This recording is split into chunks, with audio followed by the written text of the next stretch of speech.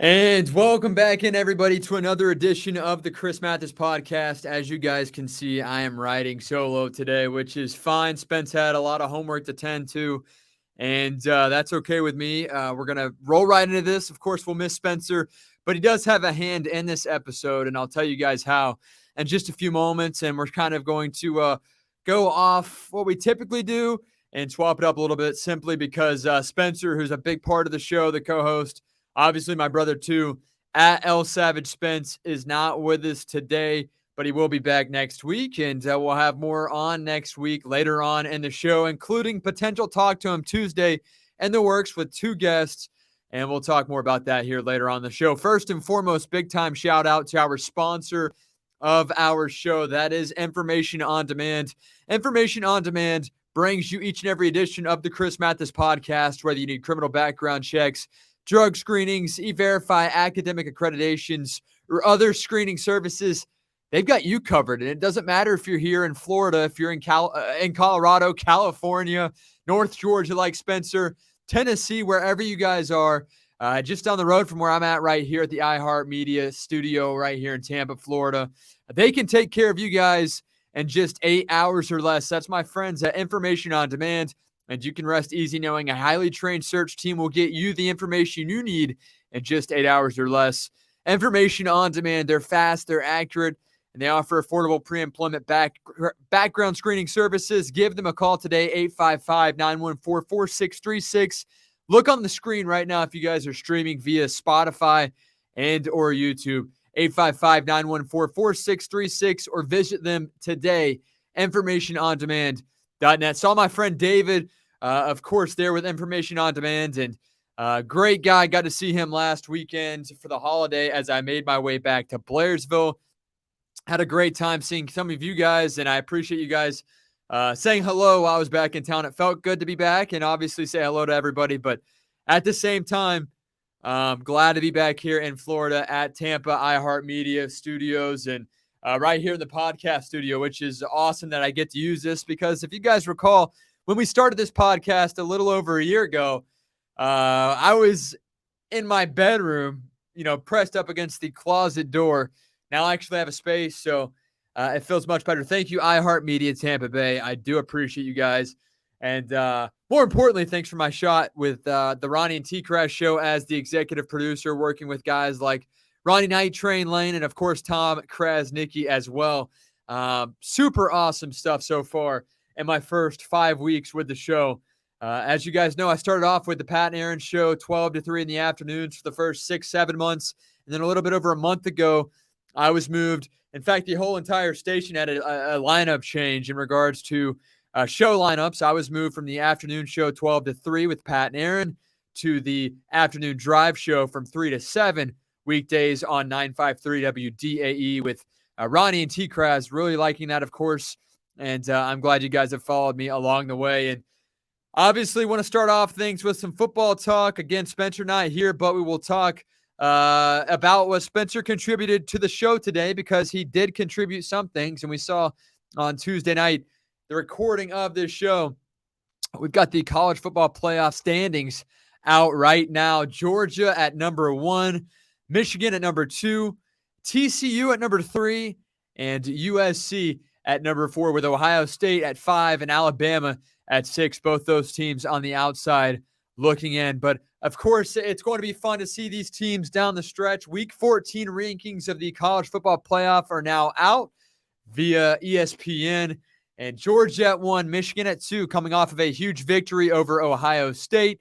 USC at number 4, and TCU, the Horned Frogs, at number 3. What do you guys think about the rankings? I have no issue with it whatsoever, and it is interesting to see a team like Alabama on the outside looking in, and never would have expected that here over the past couple of years. But either way, if you guys have any feedback, make sure to tweet me at the Chris Mathis, Instagram message me at the Chris Mathis, or follow us on Twitter and Instagram at TCM_pod.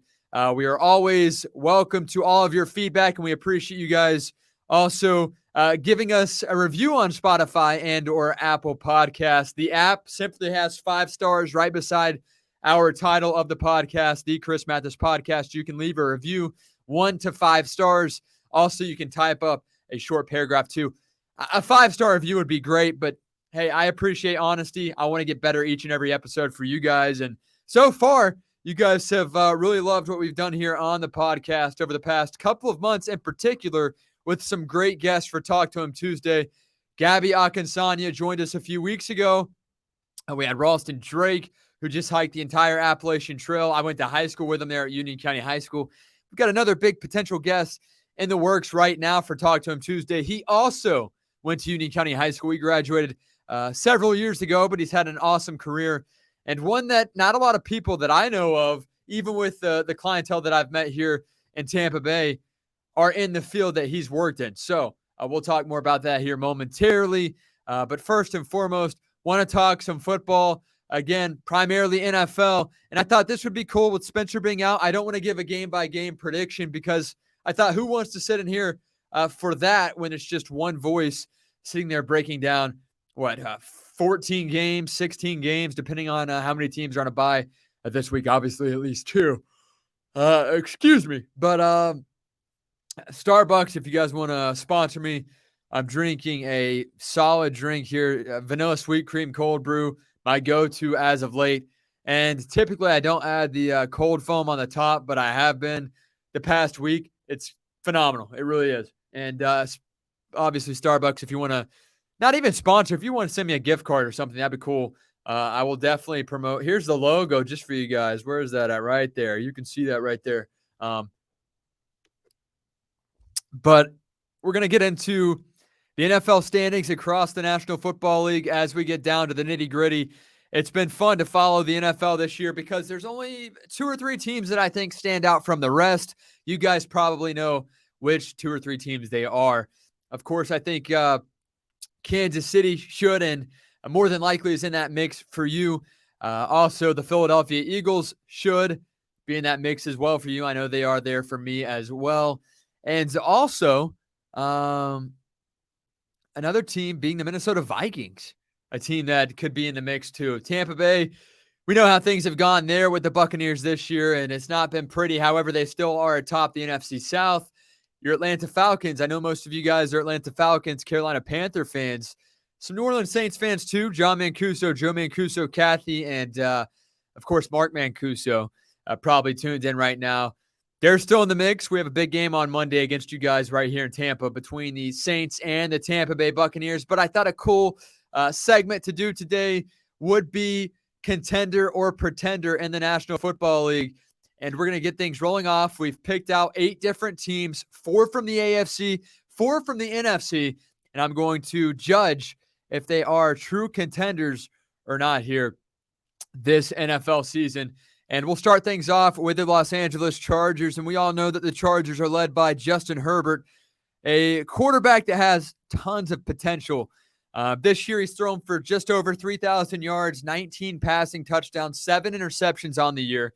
And obviously, I'm a big fan of Justin Herbert. However, the Chargers have let me down a bit. They're just 6-5 on the year. They are 6-5, but they're second place in the AFC West.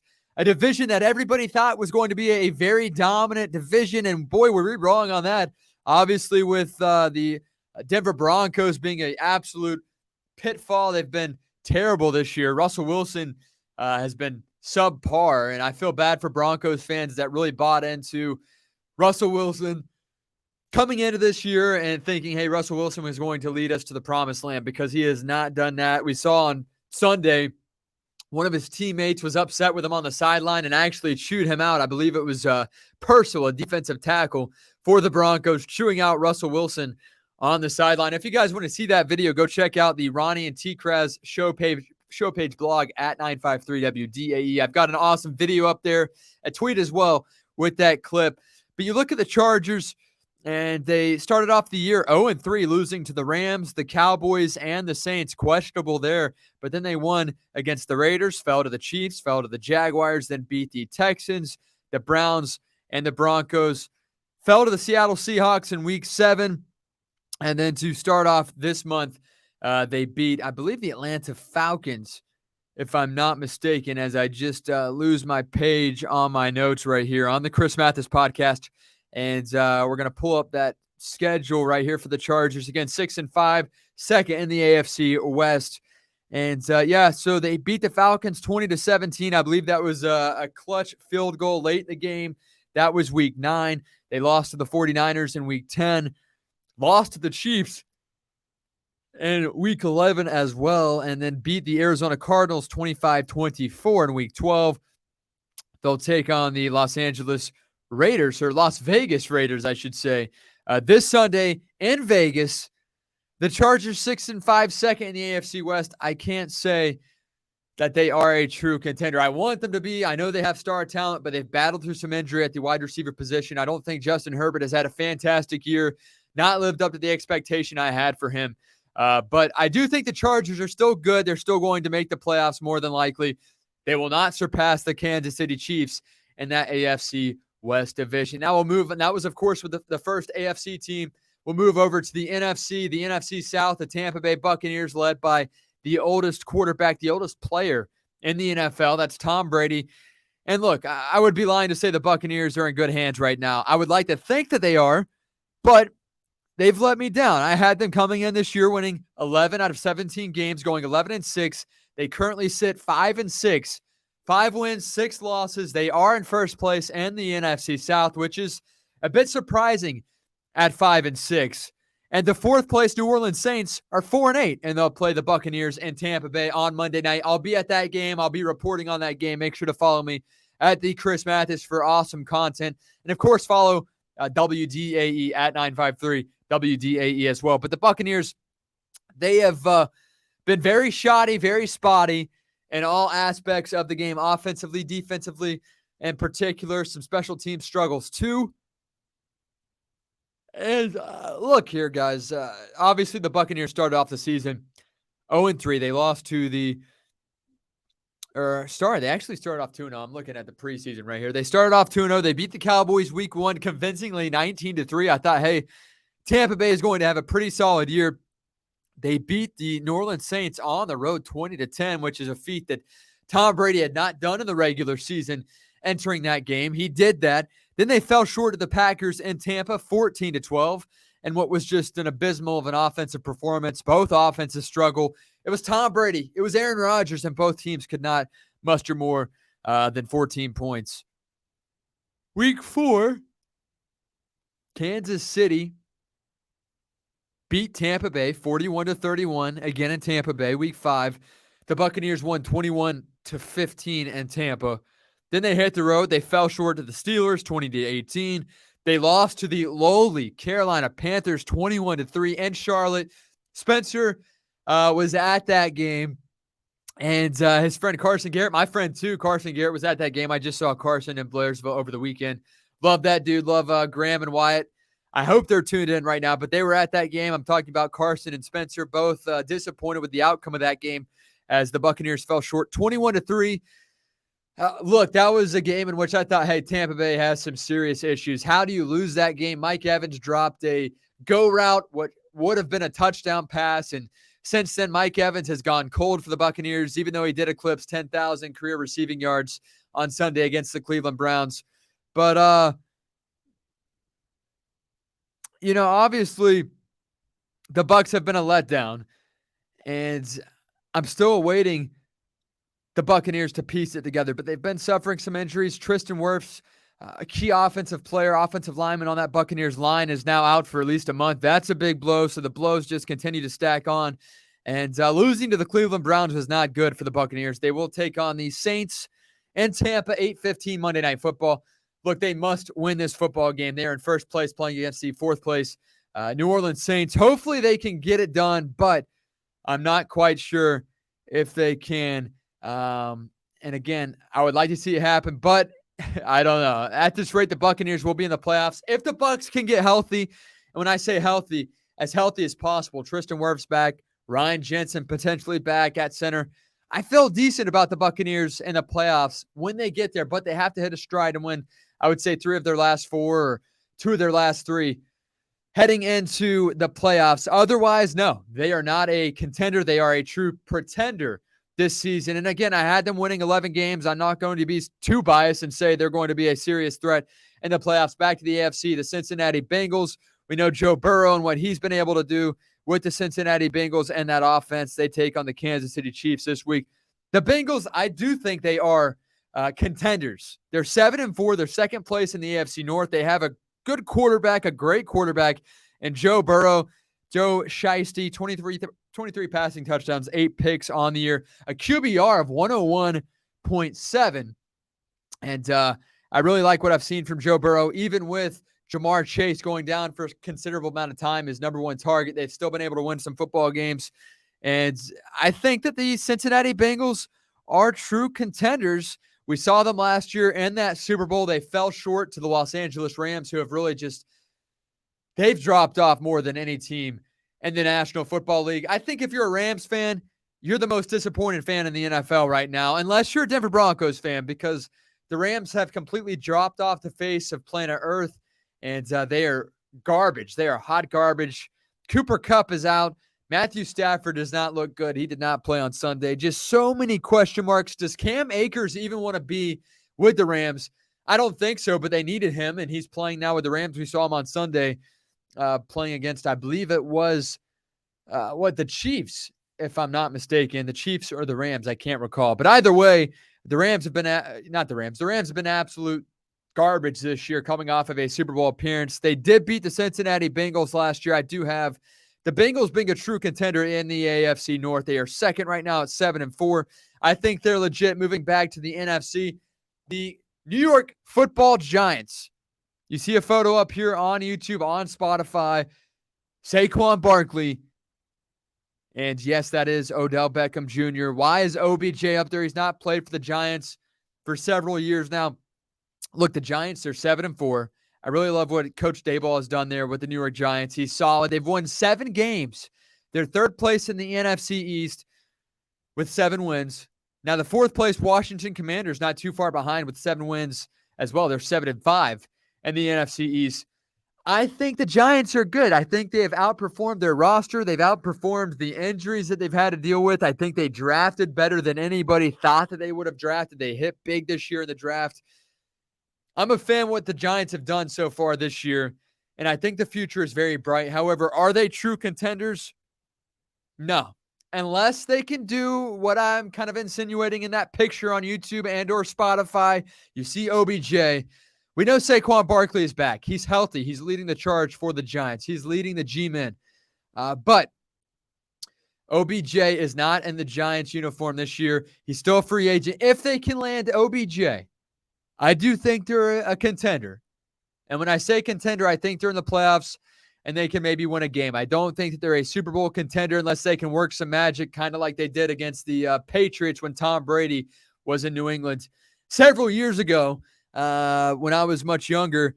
And, obviously none of the key players, Eli Manning no longer there with the New York Giants. Of course, Daniel Jones, Danny Dimes, Danny Pennies, as Spencer would like to say, is the quarterback of those New York Giants. And how does Spencer play a part into this episode of the Chris Mathis podcast? He helped pick out these 8 teams for me to help decide if they are pretenders or contenders. And hopefully you guys agree or disagree.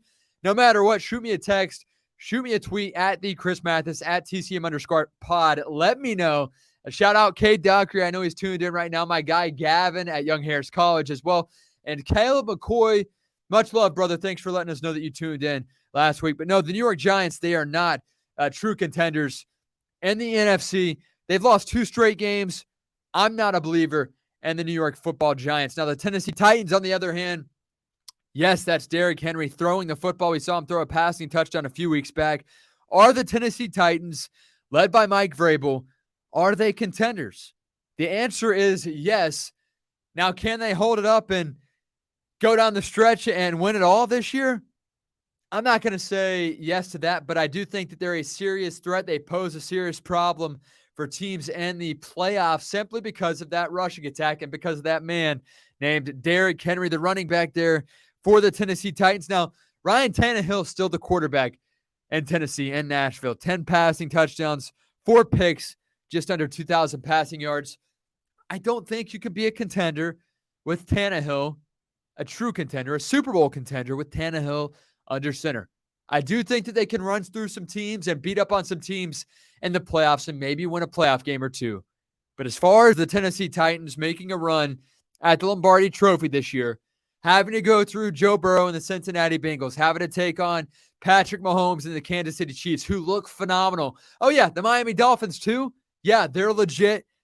I told you guys coming into the year, I didn't buy into Tua. I didn't buy into Tyreek Hill. I thought he was collecting a paycheck in Miami. Boy, was I wrong. They've got something going there. Mike McDaniels is great, too, the head coach of the Dolphins, and Tua looks solid. Jalen Waddle looks really good. Miami Dolphins are good. I don't think the Tennessee Titans could get through the Kansas City Chiefs led by Patrick Mahomes. Joe Burrow and the Cincinnati Bengals. The Buffalo Bills led by Josh Allen. I don't think they can get through those teams. Could they get through Miami? I think they could beat Miami. I think they could beat some other AFC teams. But as far as being a true Super Bowl contender, no, but they're a contender in the AFC. I do think they make a serious playoff run. And we're talking about the Tennessee Titans right here. Pretender or contender, a game we're playing on TCM Pod. Now, the San Francisco 49ers, are they contenders? Are they pretenders? I talked with my dad before the recording of this podcast, and he said he thinks the Philadelphia Eagles are contenders. And that's no shot to our guy, Pat Johnson, who was on the show just a few months ago. He's a linebacker for the Eagles. No shot to him. No shot to Nick in Sarasota, a big fan of the Ronnie and T Crash show, of the radio stations, of the shows at iHeartMedia Tampa Bay. But are the Eagles contenders? I think they are, but I think that the San Francisco 49ers are bigger contenders. The biggest question mark for me is maybe play calling. We saw Kyle Shanahan, now the head coach of the San Francisco 49ers, call a bad game for the Atlanta Falcons against the New England Patriots years ago in the Super Bowl, as they lost after leading 28-3 at halftime. They let off the gas pedal. Can Kyle Shanahan do it and call a great game with Jimmy G at the helm? And possibly so. Can Christian McCaffrey be an immediate impact like he has been and help lead the San Francisco 49ers team to the promised land? I think the 49ers are contenders, and the NFC, I think they're a top 3 team in the NFC. I think you look across the board, you see the Philadelphia Eagles, you see the San Francisco 49ers. I know I'm missing a team or two here regarding the NFC. Dallas, is Dallas a true contender?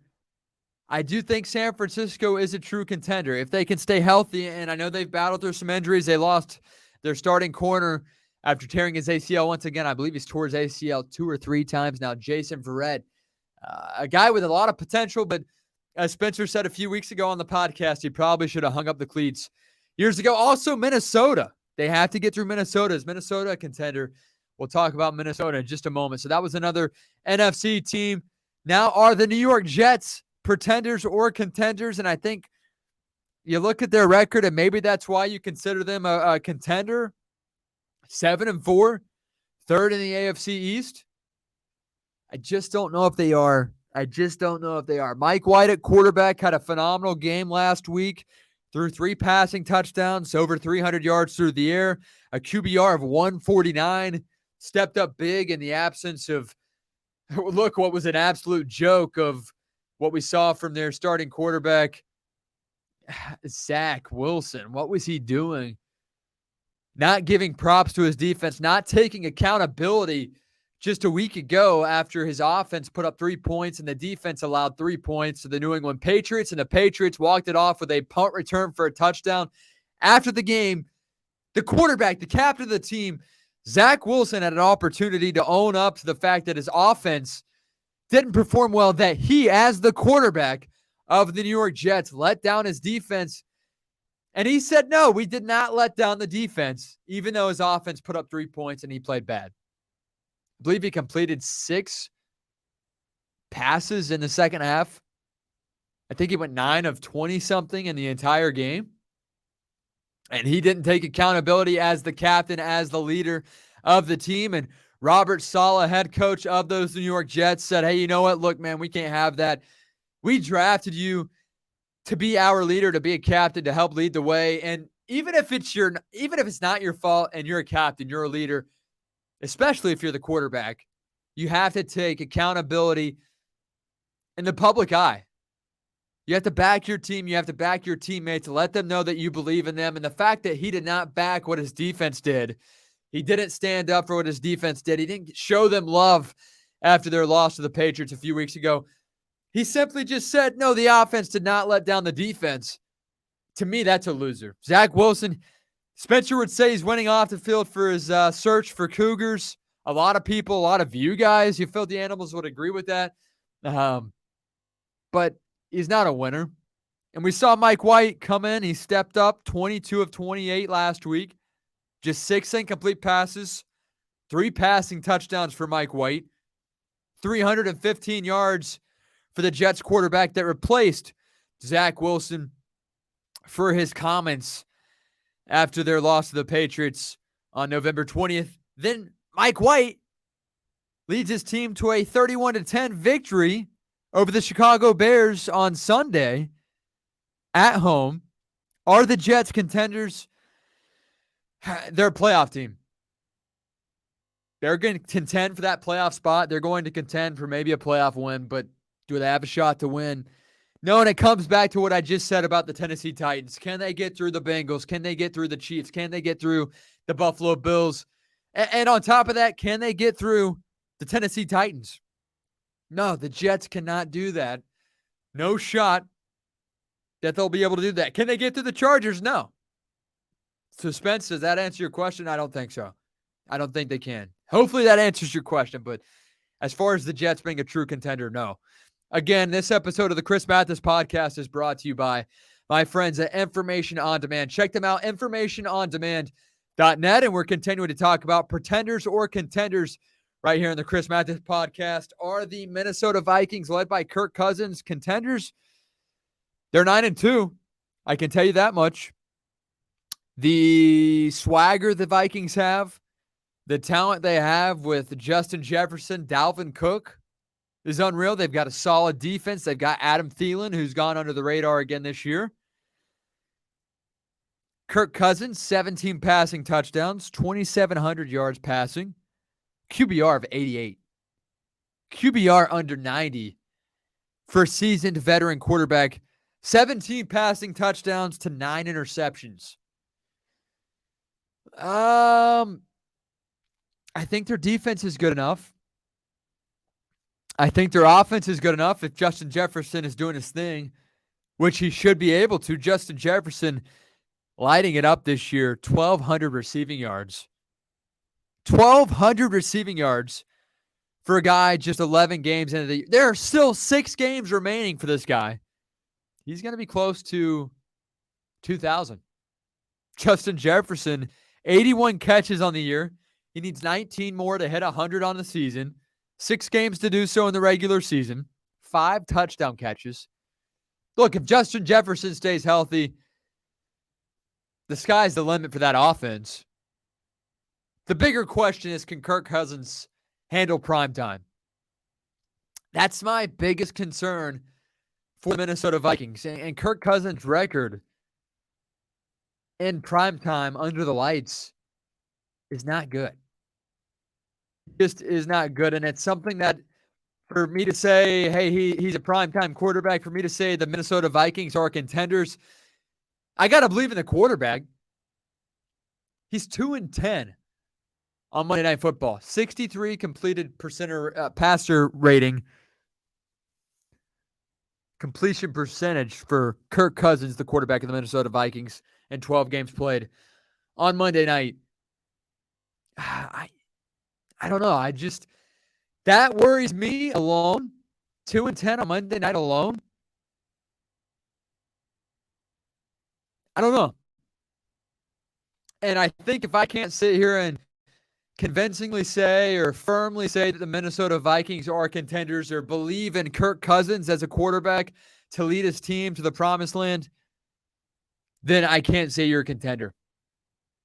I just can't do it. Now, they might prove me otherwise, and if they do, I'm not shocked. However, the proof is in the pudding. Kirk Cousins is not good in prime time, and to win playoff games, you have to be good in prime time. I think that the Minnesota Vikings our contenders. 1, 2, 3, 4, 5, 6, 7, 8. That was our 8th team. That was our 4th team in the NFC. Again, we talked about the Los Angeles Chargers, Tampa Bay Buccaneers, Cincinnati Bengals. Are they contenders after falling short in that Super Bowl last year? The New York Giants, they're having a good year, 7 wins. Are they contenders? What do you guys think? Tweet me at the Chris Mathis, at TCM_pod. Also talked about the Tennessee Titans, the San Francisco 49ers, the Mike White-led New York Jets, the Minnesota Vikings. Here looks like alfalfa on the stream. No, Vikings are not contenders, and we'll talk more with Spencer regarding that. And I'm happy to have Spencer back on the podcast because this was a great episode. A huge thank you to you guys. But obviously, I want my co-host back, and I'd love to have a guest. And I think we're going to have a couple of solid Talk to Him Tuesday guests lined up in the next 3 weeks. One of them being Mark. Well, before I say his last name, let me say he went to Union County High School. He's a graduate of Union County High School, where I went to high school, in North Georgia, where most of you guys went to high school. And this guy was on The Walking Dead. He was a part of several movies. He was on the set of We Are Marshall. He was actually on camera in the movie We Are Marshall with Matthew McConaughey. He's an actor at BMG Atlanta. He was a walker in The Walking Dead, a show that just ended for good last week. They finally called it off maybe 2 weeks ago. After 12 seasons, The Walking Dead is over. Mark Greer will be on our podcast. I'm shooting for this upcoming Tuesday. That would be optimal, but I don't know if we're going to work things out with the schedule. I'm going to keep you guys posted. That's why you must follow us on Twitter. That is why. And if you're looking at the screen right now, looks like my head is this photo of Mark Greer and the rest of the crew. Of course, you've got Carl from The Walking Dead too, right there in that photo. But Mark Greer, an actor, a graduate of Union County High School in Blairsville, will join us. Here he is on a Walking Dead promo poster. Yeah, that's awesome. I mean, the guy was in several seasons. He was a primary walker in my time as a fan of The Walking Dead. They would kill off walkers rather quickly, but this guy was a staple piece as a walker in The Walking Dead. And even before I knew this guy was from Blairsville, Mark Greer, I knew of this walker. I'd seen him several times, several episodes, so he was good at what he did. And, of course, also we're going to be joined in the coming weeks by tight end Kyle Morlock, graduate of Union County High School as well. Man, Union County pumping out some true star power as of late. Kyle Morlock, 6'7", 250 tight end.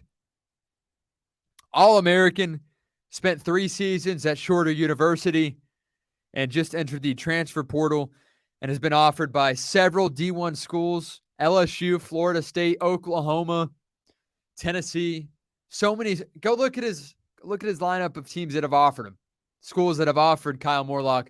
Follow him on Twitter. He'll be on the podcast in the coming weeks. We'll talk about all things transfer portal, what's next, and what he looks for in his next venture as a Division I college football player. A tight end, 6'7", Kyle Morlock, Mark Greer, an actor, will join us on the podcast for Talk to Him Tuesday. Oh, yeah. Spencer Mathis will be back, too. As always, I can't thank you guys enough. You guys are the best. Please, give us any feedback that you guys have. Give us a like on YouTube. Subscribe. That helps out so much, more than you know, and it takes 2 seconds. And that could help push us to the next level on this podcast. And moving up to the next level helps what we bring to you guys. It helps for more enjoyment for you guys, and it helps for more opportunity. I've met a lot of great people here in the Tampa Bay area. We're going to get some awesome guests right here on the show in the coming months. As always, thanks for tuning into the Best Local Podcast. It is the Chris Mathis Podcast. We'll be back next week.